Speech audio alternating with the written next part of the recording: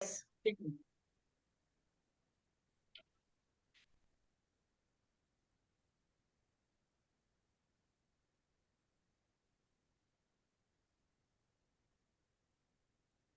आवाज न्यूज 24 में आपका स्वागत है और अभिनंदन है आपका। आज के विशेष सेशन के दौरान आज हम बात करने जा रहे हैं उन महिलाओं से जिन्होंने महिला सशक्तिकरण के लिए कुछ विशेष प्रकार के कार्य जो है किए हैं देश के लिए। अगर बात की जाए देश की, तो देश में जो महिलाएं हैं उनके उत्थान के लिए, उनके सर्वांगीण विकास के लिए, महिलाओं को आगे बढ़ाने के लिए विशेष प्रकार की योजनाएं इन लोगों ने लॉन्च की है। एक आत्मनिर्भर और आत्मस्वावलंबन की ओर बढ़ते हुए कदम के साथ में स्वागत करते हैं रजनी जी का। और साथ में मैडम आपका शुभ नाम जानना चाहूंगा। शुभ नाम मैडम आपका? Rashmi Mishra, CEO of Inspiring Indian Women। Inspiring India women. जी जी मैडम, जानना चाहूंगा अभी तक के जो जिस प्रकार से सामाजिक क्षेत्र में जो योगदान दिए हैं, उन योगदान की एक बार आप अपनी जो है रूपरेखा बता दीजिए कि क्या क्या कार्य आपने किए हैं, किस प्रकार के कार्य आपने आयोजित किए हैं और क्या क्या आपके आगे की भविष्य की योजनाएं हैं। जी मैम। नमस्कार आवाज के दर्शकों को। और मैं यहाँ पे 2000 शुरुआत की और फिर हम वहाँ से अपॉर्चुनिटी लेके आना स्त्रियों को ताकि वो आगे बढ़ सके। वो आपकी आवाज नहीं आ रही मैडम, थोड़ा सा तेज बोले। अच्छा, अभी सुनाई दे रहा है? थोड़ा सा ये हो जाते हैं पास। अब ओके। तो 2016 से हमने यूके में शुरुआत की और तब से लेके आज तक हमने कई औरतों को और कई ऑर्गेनाइजेशन को आगे बढ़ने का मौका दिया, अपॉर्चुनिटीज अवसर प्रदान किए जहाँ से वो अपने कोई टैलेंट दिखा सके या फिर अपने ये पैसे कमा सके, स्वावलंबी हो सके, तो एक दूसरे से कुछ सीख सके और आगे बढ़ सके। क्योंकि आज के जमाने में नेटवर्किंग बहुत जरूरी है और हमारा बहुत बड़ा काम है कि एक दूसरे से और दुनिया भर की औरतें को जोड़ना। स्पेशली ब्रिटिश इंडियन से हमने शुरुआत की थी, इंडियन विमेन से, और उनको हमने एक दूसरे से जोड़ा क्योंकि यूपी में मौसम भी ऐसा रहता है और काम भी ऐसे नहीं, जॉब अपॉर्चुनिटीज नहीं है। तो हमारा हम उस गैप को हमने भरा और लोगों को एक दूसरे के पास लेके आए, जोड़ा, और ताकि सीख सके, एक दूसरे के साथ मदद कर सके, सपोर्ट कर सके और आगे बढ़ सके। और किसी भी क्षेत्र में जहाँ पे चाहे वो घरेलू हिंसा हो या फिर बच्चों का हो इश्यूज या फिर समाज में कैसे अपने को खुश रखने का, वेलबींग, डिप्रेशन, कुछ भी क्षेत्र में, जैसे हमने से शुरुआत की है कोविड के समय, हम हर दिन वेबिनार कर रहे थे। हम हर औरतों को एक मदद बता रहे थे कि 7 बजे शाम को यूके टाइम हमारा वेबिनार शुरू हो जाता था। किसी न किसी टॉपिक पे हर एक जो भी स्त्रियां हैं तो घर से कुछ बात कर सकती थी और या फिर कुछ सजेशन, उपाय दे सकती थी। सब कोविड में हर दिन हमने काम किया और हर आपको हमारे यूट्यूब में सारे वीडियोस मिल जाएंगे हमारे सारे वेबिनार्स के। और दूसरा हमारा हमने 2000 का फंड रेज भी किया, इसको हमने इंडिया में यूज किया FCRA अकाउंट के थ्रू, जहाँ पे हमने मजदूरों को खाना खिलाया, होमलेस पीपल। लॉकडाउन के समय हम हॉस्पिटल के बाद भी जाके हमने खाने के पैकेट बांटे हैं, हॉस्पिटल्स में हमने सामान दिया। एक फैमिली दिल्ली में थी, उसको हमने 250 पाउंड दिए उनको सपोर्ट करने के लिए। और बल्गेरिया में एक फैमिली थी जिसके हस्बैंड कोविड से पीड़ित, तो बच्चों के लिए सहारा चाहिए था, उनको 200 पाउंड दिया। ऐसा भी करके हमने यूक्रेन क्राइसिस में भी हमने अंडर गारमेंट्स के लिए, लेडीज के लिए हमने पैसे भेजे थ्रू एन NGO, पोलैंड में भेजे थे। और सबके प्रमाण हमारे पास, सर्टिफिकेट और रिसीट सब है। और इंडिया में हम 2 साल से कार्यरत हैं। हम साइमल्टेनियसली दोनों जगह काम कर रहे हैं, यूके एंड इंडिया। इंडिया में हमारा मकसद है कि औरतों को इम्पोर्टेंस बताएं, दिए दें कि स्वावलंबी होगे तभी आत्मसम्मान बढ़ेगा। आत्मसम्मान के लिए स्वावलंबन जरूरी है। आप अगर किसी के ऊपर डिपेंडेंट रहते हो तो आपकी वो इज्जत नहीं करेगा या करेगी। तो इसलिए बहुत जरूरी है कि मल्टीटास्किंग करना और कुछ कमाने की कोशिश करना, जिसके लिए हम अभी तो, क्योंकि हमारी शुरुआत है, 2 ही साल हुए हैं, तो अभी हमने एक सिलाई मशीन खरीदी है। अंडर प्रिविलेज को फ्री में सिलाई सिखाने के लिए कमरा की व्यवस्था हो रही है। सांता क्रूज ईस्ट पे टीचर भी हमने रेडी किया है, और हम सोचते हैं कि शुरुआत भले एक दो स्टूडेंट से हो, बट कुछ तो हो। और इस उनको हम कुछ कला बनाना, जैसे पर्स, बैग्स, एक टीचर मिली है हमें तो कि ये सब बनाना तो इन सभी ऑर्गेनाइजेशन जो आपने चला रहे हैं, ये योजनाएं जो आप चला रहे हैं, इन योजनाओं के लिए भारत सरकार के द्वारा या आपके खुद की जो राज्य की सरकार है, स्टेट गवर्नमेंट है, उसके द्वारा कोई फंडिंग होती है, या आपके खुद की जो है लाइजनिंग से इन चीजों को जो है सुचारू रूप से संचालित किया जाता है? अभी हमारे पास कोई फंडिंग नहीं है, ना ही यूके ना ही इंडिया। हम कोशिश करते हैं कि स्पॉन्सरशिप, जैसे हमारा कोई प्रोग्राम होता है यूके में तो हम स्पॉन्सर्स इनवाइट करते हैं।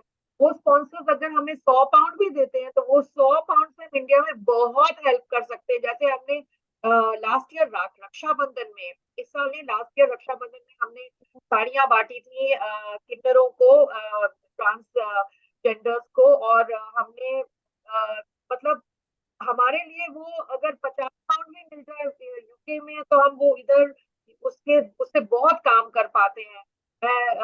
मतलब अभी कोई फंडिंग कहीं भी नहीं है, स्पॉन्सर्स एंड डोनेशन से मैनेज कर रहे हैं। हमने इंडिया में कोशिश की थी, हमारे को कांटेक्ट लोग करते हैं फंडिंग के लिए एंड ऑल, लेकिन कुछ थोड़ा समझ नहीं आता है। यहाँ पे लोग तो कहते हैं कि 3 साल के बाद ही फंडिंग हो सकती है, क्योंकि हम 2 ही साल हुआ है, तो अभी तो होना मुश्किल है। बट बहुत कंपनीज है, थोड़ा डूबियस भी लगता है कि ये सही कह रहे हैं, गलत कह रहे हैं, तो अभी हमने कोई कोशिश नहीं कर पाए हैं फंडिंग के लिए।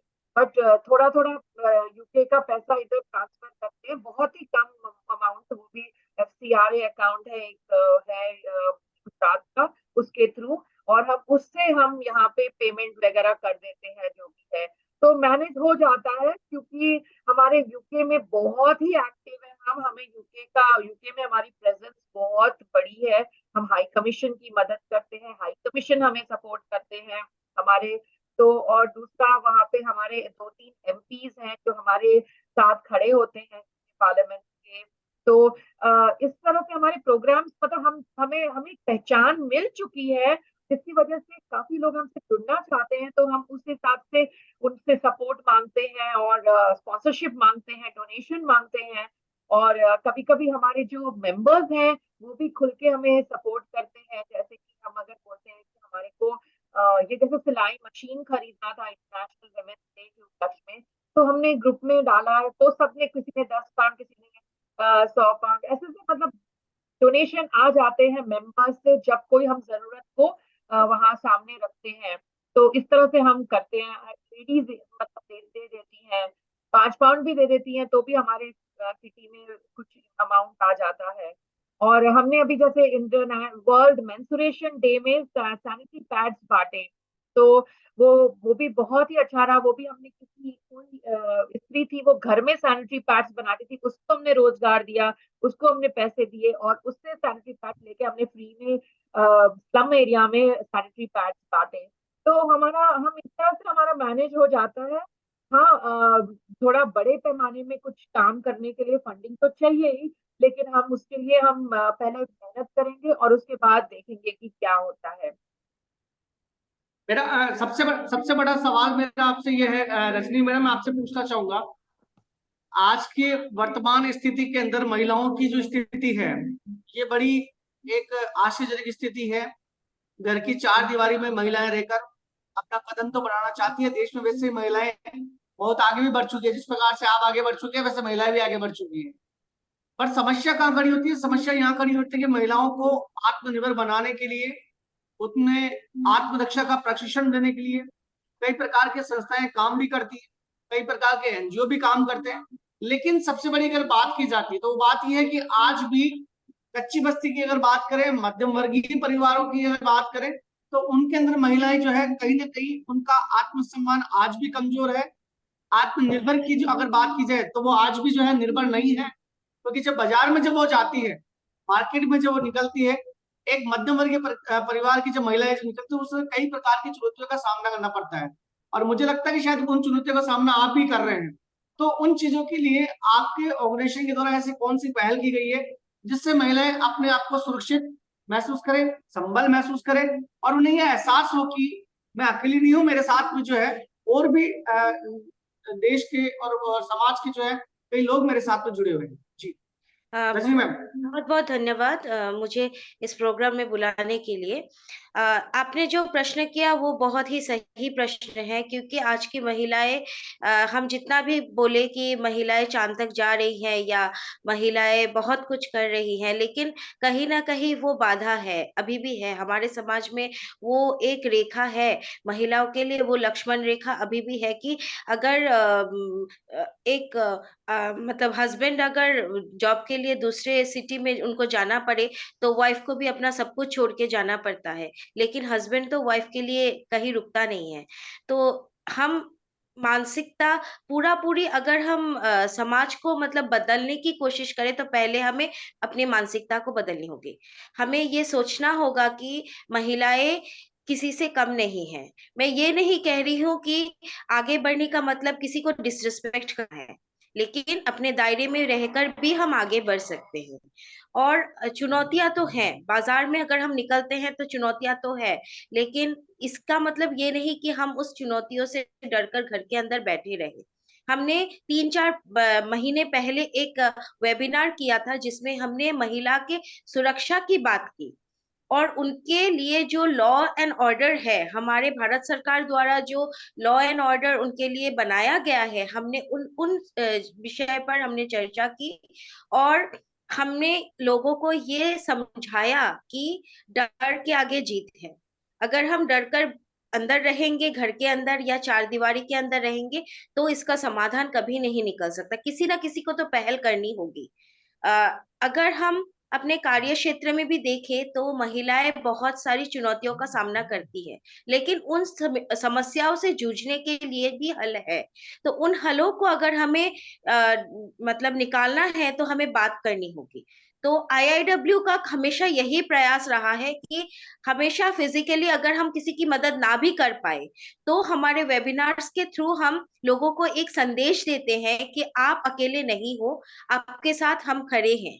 आपको सिर्फ पहल करनी है, बाकी आपके रास्ते में हम आपके साथ चलेंगे। तो आईआईडब्ल्यू एक बहुत महान संस्था है, जिसमें 15,000 महिलाएं जुड़ी हैं, और हर एक महिला अपने क्षेत्र में अच्छा कर रही है। आप अगर आईआईडब्ल्यू के प्रोफाइल देखोगे, तो आपको डॉक्टर्स, इंजीनियर्स, लॉयर्स से लेके जो मध्यम वर्गीय महिलाएं हैं, सभी लोग एक्टिव मिलेंगे, क्योंकि ये एक ऐसी संस्था है जो सिर्फ महिलाओं को ऐसे मतलब बातों से प्रोत्साहन नहीं करती, वो कार्य क्षेत्र में भी रियल सॉल्यूशन के साथ उनको आगे बढ़ने में मदद करती है। आपने भी एक बात कही थी कि आपकी संस्थाओं के साथ डॉक्टर है, इंजीनियर है, वकील है। तो डॉक्टर, इंजीनियर, वकील ये एक ऐसी महिलाएं हैं जो सक्षम और समर्थ है। मेरा सवाल आपसे यह है कि कच्ची बस्ती में रहने वाली वो महिलाएं, कच्ची बस्ती में रहने वाली वो लड़कियां जिन्हें आज भी इंस्पायरेशन नहीं मिलती है, जिन्हें मार्गदर्शन नहीं मिल पाता है, यदि योजनाओं की बात करें, चाहे भारत सरकार की योजना हो या राज्य सरकार की योजनाएं, तो योजना उन लोगों तक पहुंचती नहीं पाती है। दूसरी बात यह है कि आत्मरक्षा की अगर बात की जाए, तो आपने भी देखा होगा कि राज्य के अंदर या स्टेट के अंदर अभी तक आत्मरक्षा के प्रशिक्षण के लिए, महिलाओं के प्रशिक्षण के लिए, उनकी आत्मरक्षा के प्रशिक्षण के लिए ऐसी कोई योजना अभी तक लॉन्च नहीं की गई है। तो मेरा सवाल आपसे यह है कि आपकी संस्था के द्वारा ऐसे कौन से मूलभूत सुविधाएं, मूलभूत ढांचे और मूलभूत ऐसी कौन सी योजनाएं लॉन्च की गई है जो कच्ची बस्ती महिलाओं को एक सुरक्षा प्रदान करें और उन्हें एहसास हो कि हाँ, मैं भी चांद पे जा सकती हूँ। जी अ, इस प्रश्न का उत्तर रश्मि मैम अच्छे से दे सकेंगी, क्योंकि मुंबई में हाल ही में एक ऐसा प्रोग्राम लॉन्च किया है। मैम, आप बोलना चाहोगे? हम लोग जो है प्रोग्राम का स्क्वाड भाई है जो कई मैम, आपकी आवाज ठीक से नहीं आ रही है। आप सुनाई दे रहे हैं? अभी सुनाई दे रहा है? जी हेलो। हाँ। तो जी मुंबई में निर्भया स्क्वाड है हर पुलिस थाने में, तो उनके साथ हम मिलके हम ऐसे सेमिनार आयोजित करते हैं। जैसे हमने मलाड में कुछ महीने पहले किया है एक टॉक, और जिसमें हम वुमेन को लेके आ रहे हैं। लेकिन मैं ये बात मानती हूँ कि हमें एक गांव गांव गली गली जाना पड़ेगा, और ये घर घरों में जाके हमें सबको इकट्ठा करके ये बात को पहुंचाना है। और ये इसमें इस प्रोजेक्ट पे हम सोच रहे हैं, विचार विचार कर रहे हैं, क्योंकि अभी हमारी शुरुआत है। आने वाले दिनों में हम इस ये जो हमने जो मलाड में किया वो हम गलियों और बस्तियों में करना चाहते हैं, और हम जल्दी अभी योजनाओं के ऊपर काम चल रहा है। मेरा मतलब आपका कहने का मतलब ये है कि योजनाओं पे काम चल रहा है। जैसे अभी आपने कुछ समय पहले बताया था कि बॉम्बे के अंदर आपने एक वेबिनार आपने किया है, तो मेरा सवाल ये कि मैडम बॉम्बे के अलावा ऐसे कौन कौन से स्टेट है जिन स्टेटों के अंदर अभी जो है आपकी संस्था जो है वो काम कर रही है? हमारी संस्था का दिल्ली चैप्टर है, गुवाहाटी चैप्टर है, और ये यूपी का चैप्टर है, बनारस इलाहाबाद, और हमारा ये चेन्नई चैप्टर है, अहमदाबाद चैप्टर है। ऐसे कई स्टेट्स में हम लॉन्च किए हुए हैं। और 3-4 महीने में कुछ ना कुछ प्रयोजन होता रहता है, बट सबसे ज्यादा active Guwahati chapter with Rajnisha and Mumbai chapter है। और बाकी चैप्टर्स, अब बिहार चैप्टर भी है हमारा, डॉक्टर सानिया शर्मा लीड कर रही हैं। वहां भी हम कुछ कुछ काम किए हैं, जैसे कि ओल्ड एज होम में डोनेशन देना और ये। लेकिन अभी बहुत ज्यादा एक्टिव है तो सिर्फ गुवाहाटी और मुंबई, और बाकी जगह भी मतलब एक्टिव होना जरूरी है। वो अभी चल रहा है, अभी शुरुआत हुई है। और हम जरूर जोर शोर से सब जगह उतनी ही डेडिकेशन से काम करेंगे जितना हम मुंबई एंड गुवाहाटी में कर रहे हैं। मेरा अंतिम सवाल है आपसे, रजनी मैडम, आपसे अंतिम सवाल मेरा आपसे रहेगा। भारत सरकार की एक संस्था, भारत सरकार के द्वारा एक योजना लॉन्च की गई थी, बेटी बचाओ बेटी पढ़ाओ। ये एक ऐसी योजना थी जिसके द्वारा भारत सरकार ने महिलाओं के लिए एक उचित कदम उठाए थे। लेकिन यदि आज भी स्थिति की अगर बात की जाए, भारत देश की अगर बात की जाए, चाहे मैं असम की बात करूं, चाहे राजस्थान की बात करूं, या गुजरात की बात करूं, या उत्तर प्रदेश की बात करूं, इन राज्यों के अंदर बेटी पढ़ाओ जैसी योजनाएं आज असफल होती दिखाई दे रही है। कारण क्या होता है कि आज भी बेटियों को उनके गर्भ के अंदर मार दिया जाता है, जिसे भ्रूण हत्या हम कहते हैं। तो इन जैसी चीजों पे भारत सरकार ने एक्शन तो किया है, लेकिन ये एक्शन सफल नहीं हो पाए। मैं आपसे ये उम्मीद करना चाहूंगा कि इस प्रकार की चीजों के लिए एनसीसी जो चुनौती जो आज देश के सामने खड़ी हो रही है, बेटी को गर्भ में मारने की जो चुनौती आज देश में जो खड़ी हो रही है, कई बार ये भी देखने को मिलता है कि बेटियां कई बार जो है एक नवजात शिशु जिसे कहते हैं, नाले के अंदर फेंक दी जाती, नाले के अंदर कचरों में फेंक दी जाती है। तो उसके लिए आपकी संस्था के द्वारा कोई ऐसी कोई पहल की गई, ऐसी कोई योजना बनाई गई है जिससे ये बेटियां सुरक्षित हो सके, उन्हें गर्भ में ना मारा जाए, और बेटी पढ़ाओ जैसी जो स्कीम है वो सफल हो सके? रंजी मैम। आईआईडब्ल्यू हमेशा ये कोशिश करती है कि कोई भी बेटी रुके ना, चाहे वो बच्ची हो चाहे वो बड़ी हो। हाँ, जो भ्रूण हत्या की बात की है वो एक बहुत गंभीर समस्या है। इसके लिए भारत सरकार के साथ साथ हॉस्पिटल्स और जो डॉक्टर्स है उन्हें भी जागरूक होने की जरूरत है। उन्हें भी इस चीज को मतलब समझने की जरूरत है कि बेटियों को इस तरह से हत्या करना पाप है, और ये हमारे संविधान के खिलाफ है। जितना हक बेटों का है उतनी ही हक बेटियों का भी है। भारत सरकार ने 30% अभी बेटियों के लिए रिजर्वेशन किया है कि जितने भी संस्थाएं हैं वहां 30% महिलाएं होनी चाहिए। तो देखिए, एक रात में कुछ नहीं बदल सकता, हमें छोटी छोटी कोशिशें करती रहनी पड़ेंगी। पहल करनी और पड़ेगी, पहल करनी पड़ेगी। भारत सरकार के साथ हमने भी ये लोगों से अपील की है कि अपनी बेटियों की जो कला है उनको वो पहचाने, और बेटियों को भी साक्षर होने में वो मतलब आगे उनको आगे बढ़ाने में उनकी मदद करें। और जितनी भी बेटियां हैं इस भारत देश में, हर एक बेटी एक बेटे के समान है, तो उनको कम ना सोचे। और धीरे धीरे, जैसे कि मैम ने बताया कि ये सिर्फ 2 ही साल हुए हैं इंडिया में, तो आगे हमारी कुछ योजनाएं हैं तो आप हमसे हमारे साथ तो जुड़े हैं ही, आपको भी धीरे-धीरे पता चलेगा कि हम क्या कर रहे हैं और कैसे कर रहे हैं। क्योंकि इतने शॉर्ट प्रोग्राम में सब कुछ रिवील करना संभव नहीं है, क्योंकि हमारी योजनाएँ, प्लानिंग और प्रोग्राम से स्टेप बाय स्टेप हमें आगे बढ़ना होगा। मैडम मैं आपसे अंतिम सवाल आपसे पूछना चाहूंगा, सीईओ मैडम से पूछना चाहूंगा। मेरा अंतिम सवाल है और बहुत इंपॉर्टेंट सवाल है, जिस सवाल की मैं उम्मीद करूंगा कि आप उस सवाल को लेकर उसका जवाब देने के लिए आप एक अच्छे निर्णय का आप जवाब देंगे। अंतिम से मेरा सवाल यह है कि मैडम, भारत देश में एक बहुत बड़ी समस्या है। वो समस्या यह है, एक माता पिता अपने बच्चों को पढ़ाते हैं लिखाते हैं, उसके बाद में आज के समाज के अंदर वो बेटियां जो पढ़ने लिखने के बाद में जिनकी उम्र 21 वर्ष हो जाती है, जो नाबालिग नहीं होती है, जिसे बालिग बोलते हैं, वो बच्चियां अपने माता पिता को दरकिनार करने के बाद में एक प्रेम प्रसंग के चक्रों में फंस जाती है और किसी अज्ञात व्यक्ति के साथ में वो अपने घर छोड़कर भाग जाती है। थाने में मुकदमे चलते हैं, कोर्ट केस होते हैं, काफी चीजें सामने आती है। तो मेरा आपसे ये सवाल है, क्या हमें इस प्रकार की जो चुनौतियां जो है देश के अंदर, लड़की का भाग जाना मतलब घर का टूटना, परिवार का टूटना, समाज का टूटना टूटना और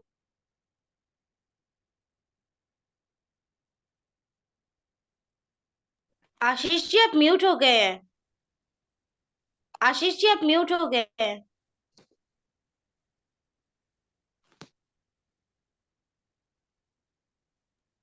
जी मैम। आप म्यूट हो गए थे। लास्ट फ्यू लाइंस मुझे सुनाई नहीं दिया, लास्ट फ्यू लाइन। मैं अपना सवाल दोबारा रिपीट कर देता हूँ। जी।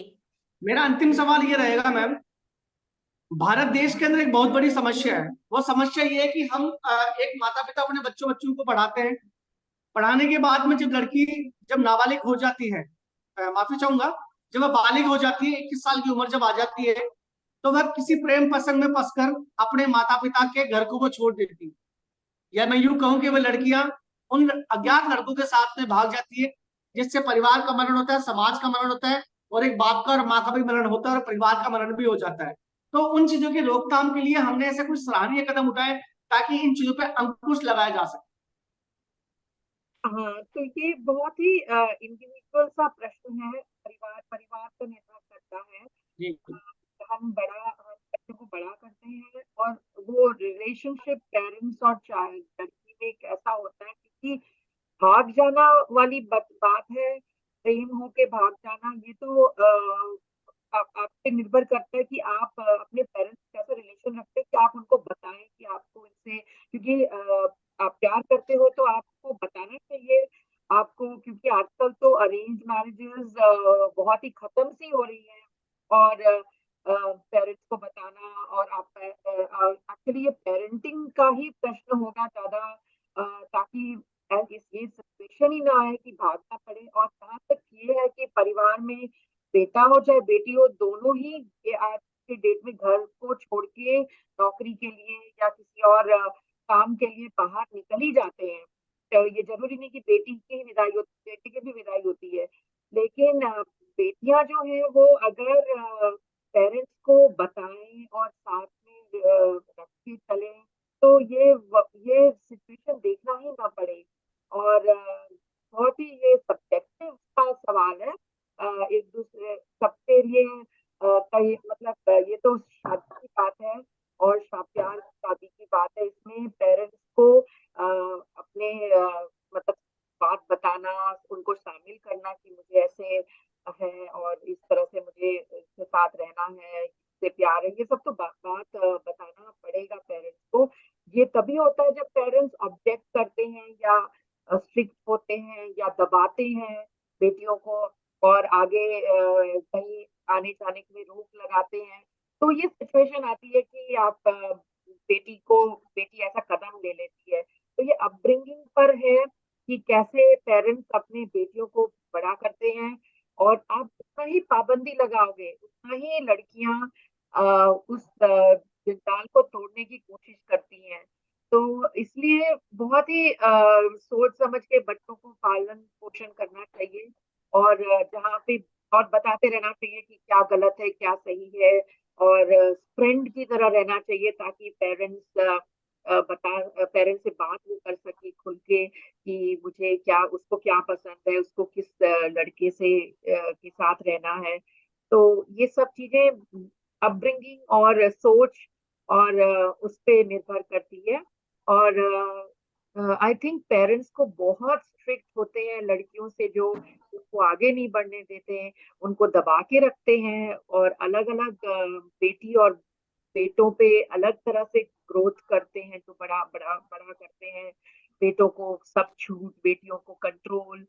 ऐसे घरों में ये ज्यादा समस्या आती है, इसलिए दोनों तरफ फ्रीडम और कुछ करने की और कुछ आसमान छूने की सबके लिए सपोर्ट करना, ये सब रहना चाहिए। तो शायद ऐसी नौबत ना आए कि भाग कर और परिवार तोड़कर और इस तरह से आ सके।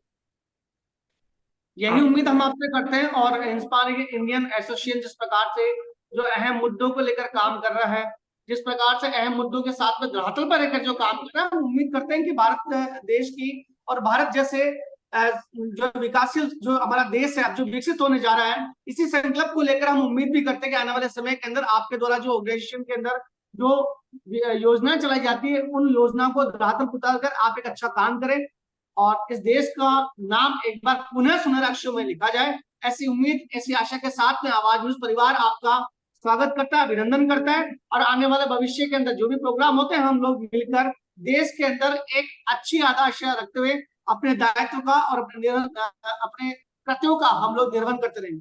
जय नारी शक्ति, जय महिला शक्ति, जय हिंद, जय भारत। जय हिंद। बहुत बहुत धन्यवाद। बहुत बहुत धन्यवाद मैम। बहुत बहुत धन्यवाद।